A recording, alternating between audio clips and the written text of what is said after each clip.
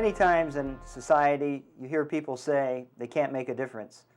We're going to tell you a story that's very exciting because it's about 400 people who did make a difference, who gave us what became the greatest country in the world. I'm Vaughn Baker. I've spoken to you before for PAC 14, and with me tonight is Bruce Spicer. Bruce? Thank you, Vaughn. And you know, Vaughn, when you first told me about this, I was really amazed at how such a group of people, 400 soldiers from Maryland, some from Delaware, actually impacted the Revolutionary War, saved George Washington's army, and allowed this country to be born. If it wasn't for them, we wouldn't be here talking about it. I was very amazed. I'm excited to be sharing this with you. Well, Bruce, I don't think many people realize the importance that the United States has. Very few people in the history of mankind has enjoyed the kind of freedoms that we have. And we all know about the founding, but when you realize that it's Marylanders who actually allowed to save the day, it's very exciting. When you think about it, when all of history and everything, it's just a very small sliver of history that we represent. Exactly. So we're very privileged to live in this country. And it was not only the Maryland militia that we discovered. We discovered that the Delaware militia here on the Eastern Shore were combined together to be one unit after a while. Their losses were so great, Bruce. So many of these Marylanders and so many of these Delaware soldiers died that they formed one unit. And they were in every battle throughout the campaign with for General Washington. You know, Vaughn, the unique geographical aspect of the peninsula allowed these men from Delaware and Maryland to form a group together and fight very good together, very well. They got along very well, and they had a lot of the same ideals.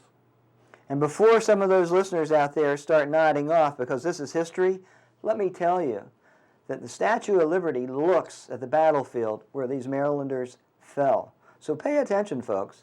And you know, the Statue of Liberty came along 100 years after the battle. And that's when France gave it to us, and they thought it was so important back then that they were still thinking about that battle. Before we talk to the folks tonight and explain the Maryland 400, we really have to move back 20 years in time to the French Indian War. And there were a lot of Marylanders and Virginians fighting with the British against the French and Indian out on the Pennsylvania area. And one of these interesting stories is Thomas Fassett, a fellow from Sinnapuxent. He and his brother were part of this militia, and they were not in formation. They were firing these rifles. They actually had rifles, and they were firing these rifles from behind trees at the French soldiers. And suddenly Braddock, the top British general, wanted them to form a European formation. He kept calling them militia. These guys were in buckskins, and they were not the disciplined soldiers that he was expecting. And as the story goes, if you go over to NAB and read some of the family records, you discover that Braddock takes his saber and he goes up and he kills John Fassett to make a point to the rest of the militia that they need to follow his orders. And some of them staggered out, I suppose, but shortly thereafter, Braddock fell out of the saddle, the leading British soldier. But he wasn't shot from the front, he was shot from the back, and it was a rifle shot, and Thomas Fassett is supposedly the fellow that did this. And the Americans were really distressed. How were they going to tell the British why their top general was shot in the back? And Fassett was sort of retired back to the Eastern Shore and lived a longer life.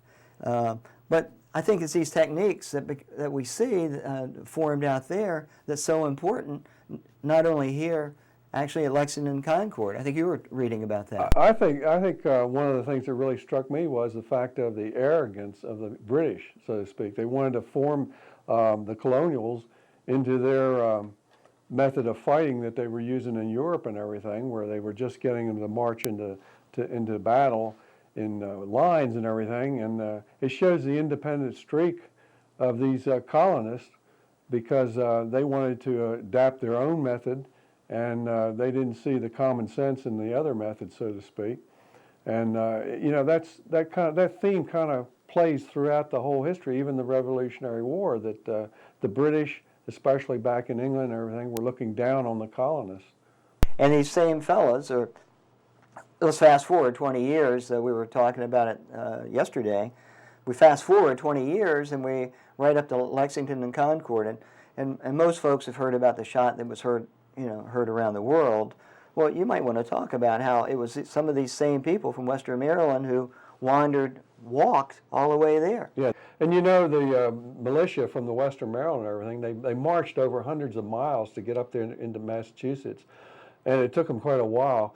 On the way up, in order to make money and support themselves and everything, they put on shooting matches, and these fellows were very accurate and everything. I mean, they actually took a 7-inch plate, put it between their knees, and at a 200-yard space, they were actually able to hit that plate. Yeah. And I don't know if I'd be brave enough to do that or not, but that's a good way to thin your ranks of people that you're not particularly fond of. And also to build trust among each other. John Gumby, right here from the Eastern Shore, was a volunteer right there. He wasn't part of the group you're talking about that came from Western Maryland. John Gumby had volunteered his services.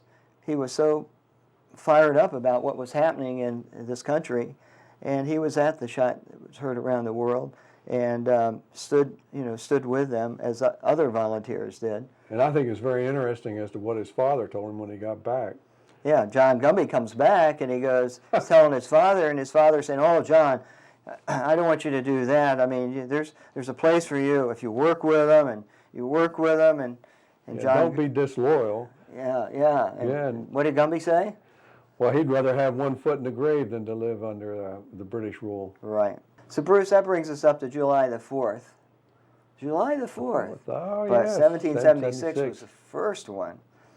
And the Declaration of Independence, and we all know that. What few of us realize is that you had a whole country of redcoats saying, "Who do those people think they are? Why, those no good, ungrateful thugs over there. I mean, we've been helping them. That's right. We've been giving them taxes, and they've been complaining about it. I mean, what are they complaining about?" That's right. So every one of the signers was a traitor in the eyes of the British. And if they'd been caught, they'd been hung. That's correct. They put their fortunes and their life right on the line when they signed that document. Yeah. Thank them, because this small sliver of civilization over the eons, we've had such a wonderful life. And the British were so upset that other than D-Day, there was never an armada as large the one that was formed. They decided, the British, to come over and just intimidate the living heck out of us. And they brought 10,000 sailors. I've never got a good, accurate count on the ships, but it was over 400. And 20,000 of the best soldiers in the world. Right. And it happened at the time that Washington was forming his little army right in what we know as New York City. It was a village of 20,000 people. And he brought these huge ships and all of these soldiers, and out of shot range, had these soldiers parade around just to intimidate them, because they wanted to get the war over right away.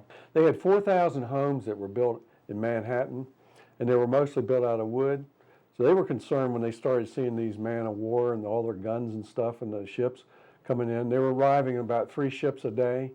And I think the British were just trying to have a show of strength. First of all, they located on Staten Island, and then they would go up and down the Hudson with their ships. And then they'd have these shooting matches over there and so forth on the island there. And I think they were just trying to intimidate. Bruce, in fact, they had a couple of huge warships with 64 guns. That meant 32 on each side. Right. And they would actually cruise. They could not get up the East River because of the winds, prevailing winds right then. But they'd go up the Hudson, and they would just fire 32 guns. Boom, boom, boom, on this small little village. Turn, come back, and throw 32 guns. Imagine, just the debris, the utter slaughter going on at that given time. It's unbelievable. Right. Yet they didn't cave. And these are farm boys. I remember reading in the NAB Center about some of these fellows before they got up to this battle. They went and settled their account at the store, and they were buying ribbons so they could put ribbons on their uniform so they could identify them from the Delaware group, from the militia, from Rhode Island, so they could identify themselves. And you know, Vaughn, if we look at it from the British point of view, they had this empire all over the world. They couldn't risk just letting these little rebels succeed. So that was their goal when they came over here with all these ships and all these men and everything. They wanted to crush them right away. And they thought that they would actually collapse just from the size of the fleet and the men. And that was their attitude towards the whole thing. The arrogance of it, really, that they weren't even willing to listen to anything that the colonists had to say. They just wanted to put this thing down and get home. So you would think, Bruce, that these fellows would have been intimidated by this, but they held the ground. Yeah, why is that? Well, you know, I don't know. We weren't there. So, but I believe we had 3 generations of, these boys were the grandsons of men who had come over here as started living a form of freedom that people had never sensed. Many cases, the British, when they went out to maraud the landscape, they were shocked at how better the living conditions were of these citizens in the countryside. So these fellows, these were young men, were proud of what they had done. They had been sitting around breakfast tables, listening to talk about this life and how much better it was and how much freedom they had. Meanwhile, you had British soldiers and tax agents coming into the houses, taking things in different places, and those stories got around. So my hat's off to these young men. They held the ground. I mean, think in terms, you know, when we send armies in, we are the big power. Think what it was like to be just a farm boy looking at all of this and then looking at the fellow next to you and saying, we're going to do this. I mean, I'm really proud of them. Yeah. And you know, this is probably the only place in the British Empire where a person could actually start out and then make something of themselves. They could be a landowner and actually advance. In the old country of England and in other places of the British Empire, there was this class system where you had the aristocrats and then you had all the other people, and they couldn't break through to be into the upper ranks. It was just remarkable that what they had done over here, and they wanted to fight for that opportunity.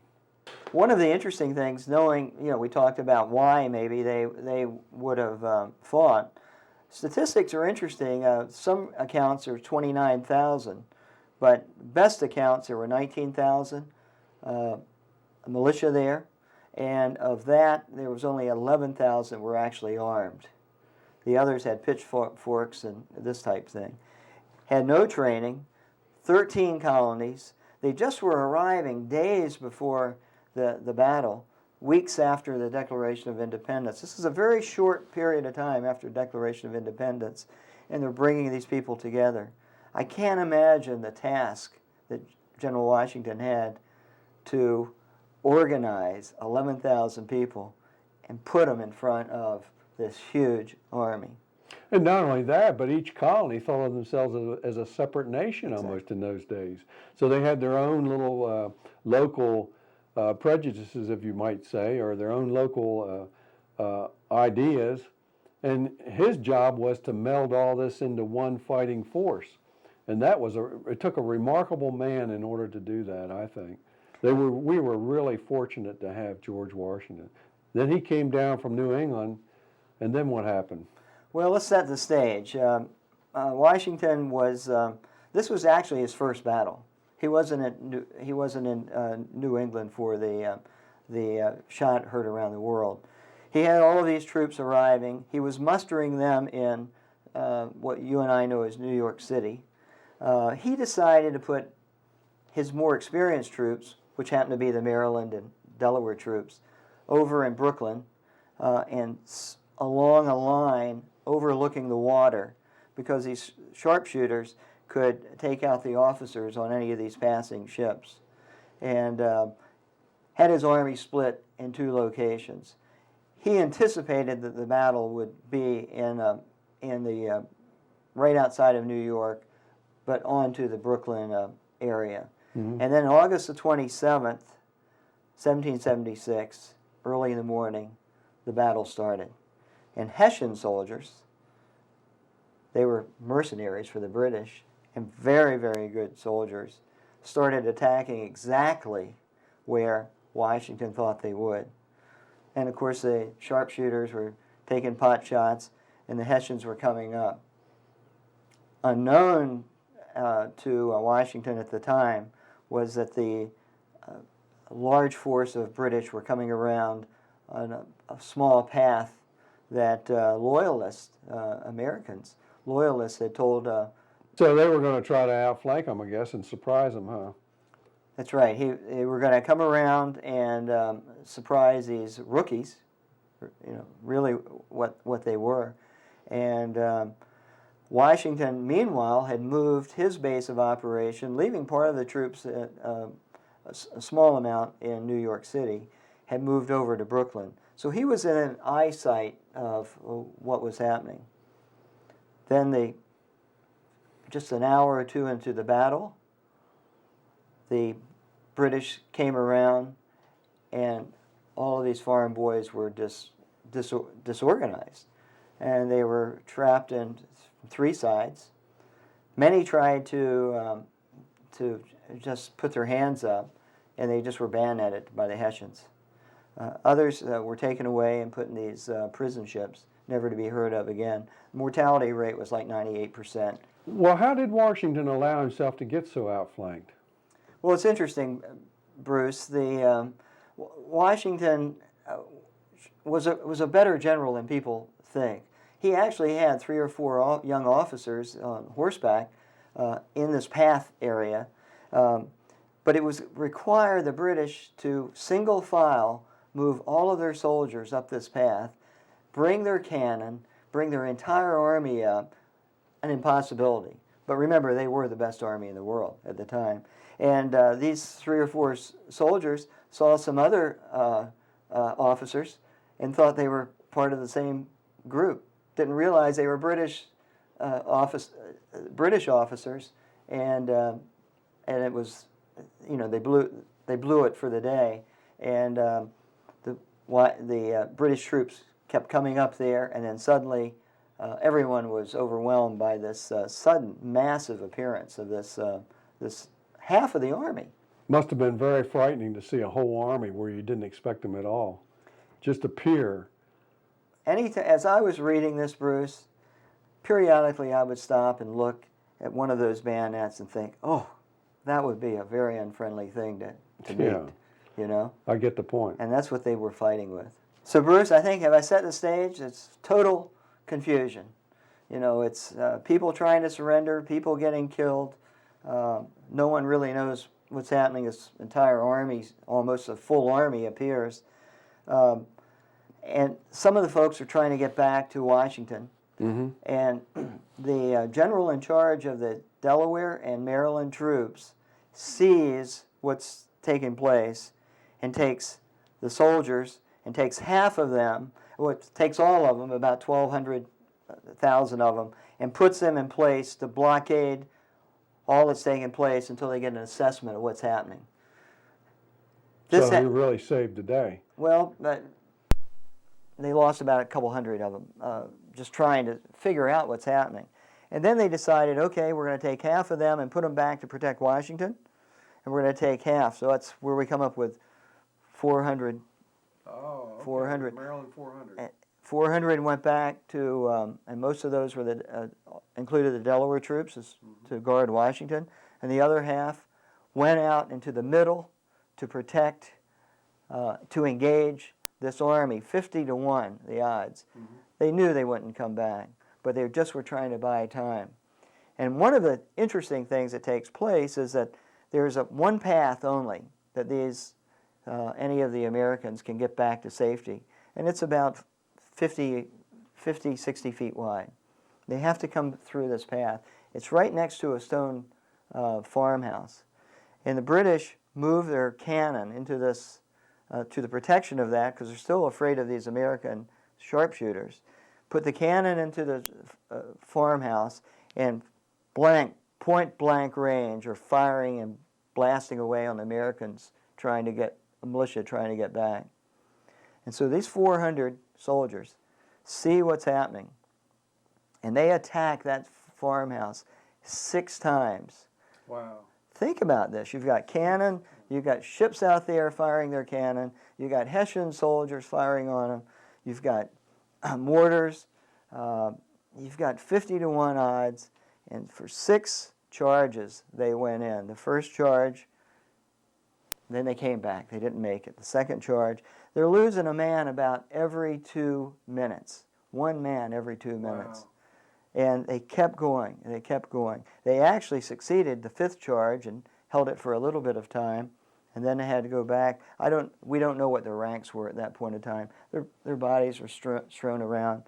And then the final assault, they took it for a short amount of time, and they held it until there was silence. They had all been killed. But they bought the time for Washington and for those men to get back. Washington was so impressed with the Marylanders and how they formed the line and stood firm that he called them the old line. And that phrase stuck. So Maryland became the old line state. That's how we got the name. Yeah, that's how we got the name. It's really amazing. You know, a fellow named Thomas Field wrote in a few years after the battle that the most precious hour of history was the hour that the Maryland 400 bought for Washington. The most precious hour in the history of freedom was the hour of the Marylanders. And it's something we almost had forgotten in our own history books. An interesting thing has developed. We have the other Marylanders and Delaware militia have regathered to protect Washington. Now, he had other troops there, but they weren't trained like these folks. And so they took the advance. They were out in front of the other troops, showing leadership. Interesting, our Army, the soldiers can be leaders, versus the British needed to have the officers be the leaders. And so we had this happening. During this event, when the men were dying, when falling every 2 minutes, George Washington said, "Good God," he was overheard to say this, "Good God, what fellows I must lose today." Some of these officers he had fought with for 20 years before in the French-Indian War. The General Sterling, in charge of the Maryland-Delaware troops, had fought in the French-Indian War with him. And Sterling had been captured. He had gone out and fought. Major Gist is the hero, as was General Sterling, out there on the field. And of course, he thought he lost Gist, and Gist actually resurfaced. He and 8 others resurfaced, climbed through the mire, and escaped the British and came out. So of the 400, they all were either killed or captured. Very few were heard of again. Not absolutely sure of the names of the people, because they were bodies blown to pieces. But we did get 8 back, and we'll see them over and over and over again for the next years of the war. They'll just be in every major battle, because Washington will depend on them. So you'll hear the name Major Gist, and he's a Marylander. So I'm trying to set the stage here. We have finally this silence, and we have Cornwallis now has gone back to Howe and said, "Hey, these guys are tough, but now we're going to have to attack." And then there was a strange sequence of events. In fact, I think the reason the Maryland 400 story hasn't been told is that the divine intervention that follows. And still, Howe, he thought he had Washington trapped. He still couldn't do anything about it, because he had lost so many of his top officers, because there were still some of these Marylander sharpshooters out there shooting the officer corps. These sharpshooters of the Continentals, they were up there in the trees picking off the British officers. The British Army relied so heavily on their officers to tell them what to do, they couldn't even do anything if they weren't there. And they were so good at picking off these officers that the British officers were actually hiding. Anytime they got something going, it was because there was a British officer there that was doing it. Then he'd get picked off, and then it would fail. And it went on like that. And it so impressed them that actually the British had to go out and take care of these sharpshooters, or snipers, if you will. And when they did finally kill them, they refused to even bury them because they were so angry at them for what they were able to do, destroy their mobility and their leadership. Another interesting piece, I think, from this, I was telling you about the farmhouse. Well, the British officer in charge of the cannon was a fellow named Cornwallis that we'll hear about later in the war. And he's the one that went out and was taking that. And if you read some of these letters that these British soldiers wrote back, they talked about these Maryland boys like, boy, I mean, they all died. What a shame, because they were really great soldiers. But what's interesting is Cornwallis knew what the Continentals had in them. He knew firsthand, going out there and watching 50-to-1 odds and watching these fellows continue to attack. I mean, it's just an amazing story. And for the first time, it probably dawned on them that, hey, this is not going to be as easy as we thought, is it? And where those fellows fell is where the Statue of Liberty looks. So that's how important it was 100 years later. We said that earlier, but I can't get over that. At least twice during these battles, the fog came in so that they were able to the Americans were able to retreat over the East River, and that fog didn't dissipate until later in the day, and then later the fog came in again when they also retreated across the Hudson. And a lot of them, including George Washington, contribute that to divine intervention. Well, one other thing is the river, the East River. They could have easily sent their ships up the East River and just decimated Washington. Right. But the winds never allowed the ships to go up there until Washington's army had gone over. After the fog, which didn't lift till 10 in the morning, and Washington was the last man to step out of the fog. But after that happened, they could go up the river. And Washington had regrouped and taken the smatterings of his army back into Manhattan. But of course, you hear a lot of people say, well, Washington never won a battle. Well, it's sort of true when you've got 1 to 3 odds, untrained people. So Washington was on the run. He gets in Manhattan. He continues to go up the island. He can't go too far because there's Fort Washington, and Fort Washington's where his cannons and a lot of his ammunition are stored. So he needs to get his troops there. And this is where the Maryland, and we'll see this over and over again in the Delaware troops, he always has to have a rear guard as he moves his army. And it's the Maryland troops and these sharpshooters take him back. They're very disciplined, and they let the army get, and then they fade and take another rear position. He really had learned that he could rely on them. He did. And then the Fort Washington, again, he took his sharpshooters and put them out there. Howe took half of his army to attack Fort Washington, and you had these sharpshooters up there taking out their officers. And something like 200 and 300 of them died. The Marylanders took heavy casualties during all of this, but they continued to provide Washington, what he needed. And then for the next months, there's a series of engagements where Washington hits and then has to leave. So the Battle of Fort Washington, Bruce, is considered a loss for Washington because he had some key items, cannon there. But again, I think the British saw how tenacious these militia were, and again, it's our ancestors right here on the Eastern Shore in many of these battles. I mean, I think you were telling me you knew about this Robert Kirkwood. Yeah, he was a gentleman from the upper part of Delaware, and he fought in every battle of the Revolutionary War. Actually, there's a highway named for him up there between really? Newark, Delaware, and Wilmington, Delaware. Very well known in Delaware. That was 33 battles, I believe. It went for 7 years. Yeah. You know, he said to his wife, "Hey, listen, wife, I got to go away for almost a decade and fight the biggest army in the world." Right. Think he had that conversation? I don't know. I don't know. I know she didn't have a dishwasher. A couple other fellows came from Milford. Milford actually was part of Maryland until the year before the Revolutionary War, and then became that. And it was John Hazlitt and John Hazard. And actually, all the folks watching today have actually seen John Hazard's picture in multiple photographs and never really realized it. His commander was John Hazlitt, and Hazard was maybe related. I'm not absolutely sure of that. And they fought there. It really brings it to life because I have a cousin that lives in Denver, and his wife is a direct descendant of John Hazlitt. Oh, really? Mm-hmm.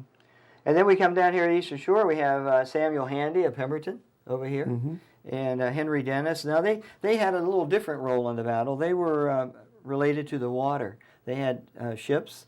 They took supplies to our troops. They raided British ships and took supplies off of them and sent those supplies up there. The British did not like their activities. And but they very, very important. You know, a lot of people think of the Eastern Shore's role as being the breadbasket of the Revolutionary War, and they really overlook some of these great, brave men that came from here that fought in the battle. And we mentioned John Gumby, earlier. Right. I think the fellow that I enjoy the most, he's actually a Virginian because he's out of Accomack, is John Cropper. Right. John Cropper, again, was one of these generals that fought in all the battles, saved a lot of men with a bayonet in his leg. Well, we might talk about that in a few minutes. But he lived down right in Accomack, and he went home to visit his wife. There's a lot of letters over in Ab Center where he's writing his wife during the war. But he goes down, and a loyalist tells the British that he's there.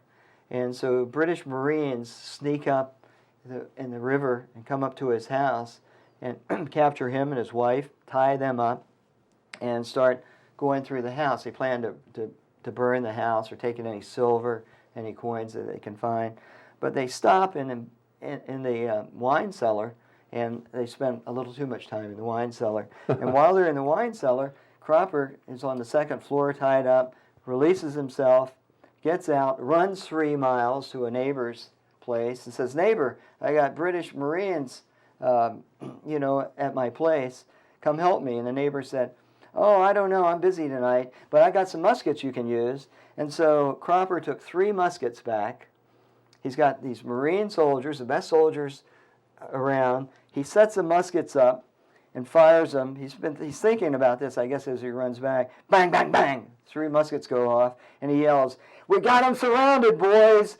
Let's get them." And these guys down in the cellar go, "Oh my gosh, we're surrounded." And they go running out. They get in the boat. They take off and go back to their ship. And he releases his wife and gets out of it. I mean, I love the story because it says so much about the kind of folks that we had there. Another example of the independent streak of the American soldier. I love it. So Washington has to make a big decision right before it's Christmas Eve. It's right before.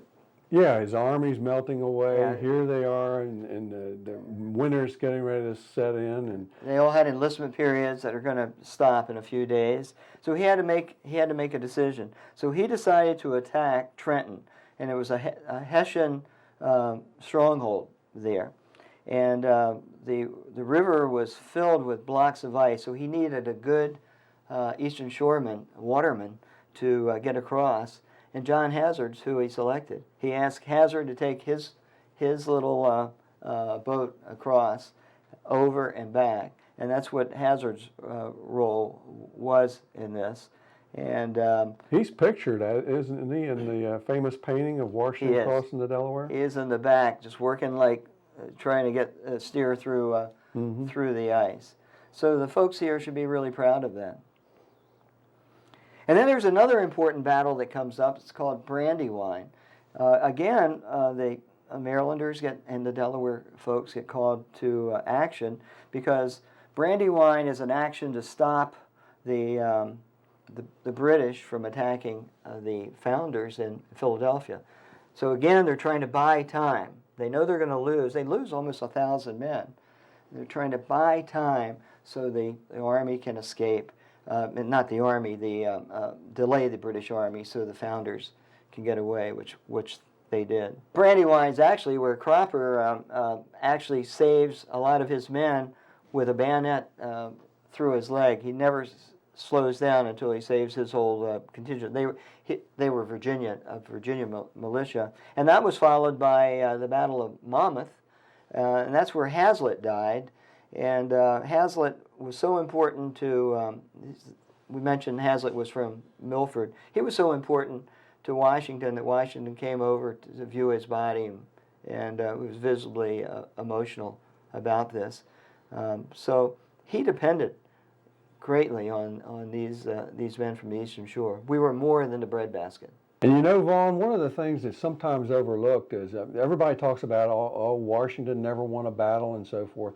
One of the things they don't really study or they don't think about is the fact that he was able to hold the army together. And it was the importance of the battle at Trenton where they crossed the Delaware on Christmas Day and everything. He finally had a victory, and he was able to encourage a lot of the people to become recruits again. Some of the ones he was able to convince to stay on, that were going to go home, and able to get new recruits. Take Maryland, for example. They started with 3,900, and then by November of 1776, they had 821, and it was down by December to 770. So they were losing a lot in the battles, and they were such an inspiration that they were actually helping in the recruitment. Yeah, the Maryland 400 story was told at every breakfast table and dinner table around the colonies, and that really helped inspire a lot of the young men to come back and to fight. Mm-hmm. And had it not been for that, we talk about the hour, but think about the inspiration of the troops that Washington needed to continue fighting this army. And really, it's something that could have gone horribly the other way if they hadn't have done what they did. Yeah, I just can't imagine what he went through. But one of the funnier things, as I was going through the records over here at NAB, knowing that they were trying to recruit, I discovered one company where the captain was Josiah Dale, and I started looking at the people in the unit, and Campbell Dale was there, and Ebenezer Dale, and Jacob Dale, and Jesse Dale, and John P. Dale, and John Dale, and the son of John Dale, and his cousin Archibald Baker, George Baker, Levin Baker, Salatho Baker, Zadok Baker. And I started thinking, my gosh, that must have been a heck of a Thanksgiving dinner they had. And I think there was probably some military efficiency to that, because Josiah Dale, Captain Josiah Dale, just had to say, Dale and Baker, take that hill. You know, I've been to Valley Forge, and one of the things that really impressed me was the conditions that those fellows lived under for that winter. Man, half of them were starving. They had little huts. They had lack of clothing. Washington was always fighting with Congress in order to try to supply his troops more. Most of them were barefoot, and a lot of them died from disease. And one of the things that I noticed reading the letters was frostbite. It's something I never realized, because you said they had very little clothes. Frostbite and amputations was a big part of the problem. But he went in with 11,000, and 2,500 died. They were halfway through the winter. They were halfway through the winter before every one of them had any kind of shelter at all. You know, one of the good things about Valley Forge was it did give them some time to have some training. And they had training, and then George Washington sat down and figured out what to do. He discovered that he would never win a battle coming up against the British head-to-head, but he could go out and have a hit-and-run type of strategy where he would hit them hard and then disappear and melt into the scenery. And that allowed him to prolong the war and also to keep his men on the battlefield. And that takes us into the Southern campaign, where that strategy he effectively begins to use. the Battle of Camden in South Carolina was actually considered a victory for the British, but Marylanders took a big hit there. Between Maryland and Delaware, they lost so many men. That's when they formed one company. But they actually hit them, and then they delayed the retreat. And delayed the retreat intentionally so to draw the British out, and they dragged the British halfway across North Carolina, from South Carolina to North Carolina, and that's when the British started realizing that they might have a problem winning this war. It was a win, but it was significant because they started realizing this might not work. And one of the participants of that was our Governor Levin Winder. He was wounded badly, and that becomes important for the War of 1812 because he's indoctrinated to what war is like as a young man. And then there's a second battle. You might want to talk about the Battle of Cowpens that followed the Camden. Picking up on the strategy that they actually had the militia form up in front of the British, and then they allowed the British to attack them, and it looked like they were in retreat, the Americans, and they ran back to some fixed positions that they had already set up, and they actually trapped the British. And the interesting thing about that battle is depicted in the movie The Patriot. A lot of the techniques and everything were shown in that movie. Most people can remember that. A little more insight into that. Guess who two of the major players are? Major Gist, who we met. He's no longer a major. We met him up in New York. And John Gumby, right down here on the Lower Eastern Shore. Right. Gumby has actually led the retreat, turn, re-attack. And not only did he re-attack, he attacked Britain's finest unit. And so this is a new strategy. And they're now keeping the British off guard. I can just see them now, the British. Boys, we got them on the run now. And then all of a sudden, they stop and turn, and then they realize that, hey, we don't have them on the run. We're really just hitting a lot of, there's a lot of, I wish people would go over to NAB. There's a whole section over there of books that are wonderful that they can dig into it. But let's get to Yorktown. Our guys were at Yorktown. The British were at Yorktown. And the reason they were there is this Southern campaign was really starting to wear them thin. And they went there because they were going to have support. Their ships would come in and pick them up. And the French came to our aid to help. And it became a battle of dropping cannon. Cannon just dropping shells and on Cornwallis. And Cornwallis had already had his taste of the Marylanders up in New York. But there was some military engagements there, and Washington was really clever of who he chose to do that. There were two redoubts. A redoubt is a fortified area down in Yorktown. One, he allowed the French soldiers to go in. They went in by bayonet at night and overtook this. That bayonet is steel that long. And the other redoubt was taken by the militia out of Rhode Island. They were mostly black troops. You don't hear that too much in history. And these guys were fighting for their freedom, and he allowed them to go in. And then the rest of that kind of campaign, they watched these guys. They were all very valiant the way they fought. So, Cornwallis there at Yorktown, he must have been getting very frustrated because the French were keeping the British fleet out, and he was waiting on the fleet to help him escape. And here he was. He saw the futility of it. He recognized the fortitude of the Maryland 400 years before in New York when he saw them charge 6 times against his position. And now here he is, a proud British general having to surrender to these rebels. And actually, when they did surrender, they came out playing the song, "The World Turned Upside Down." So that must have been very humiliating for him.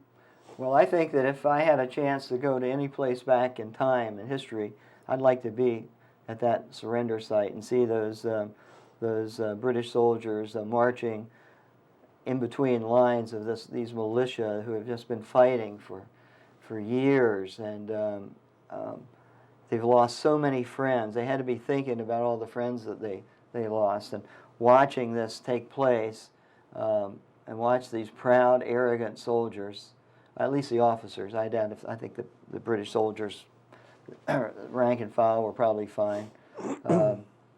Watch them take their weapons and deposit their weapons and march back.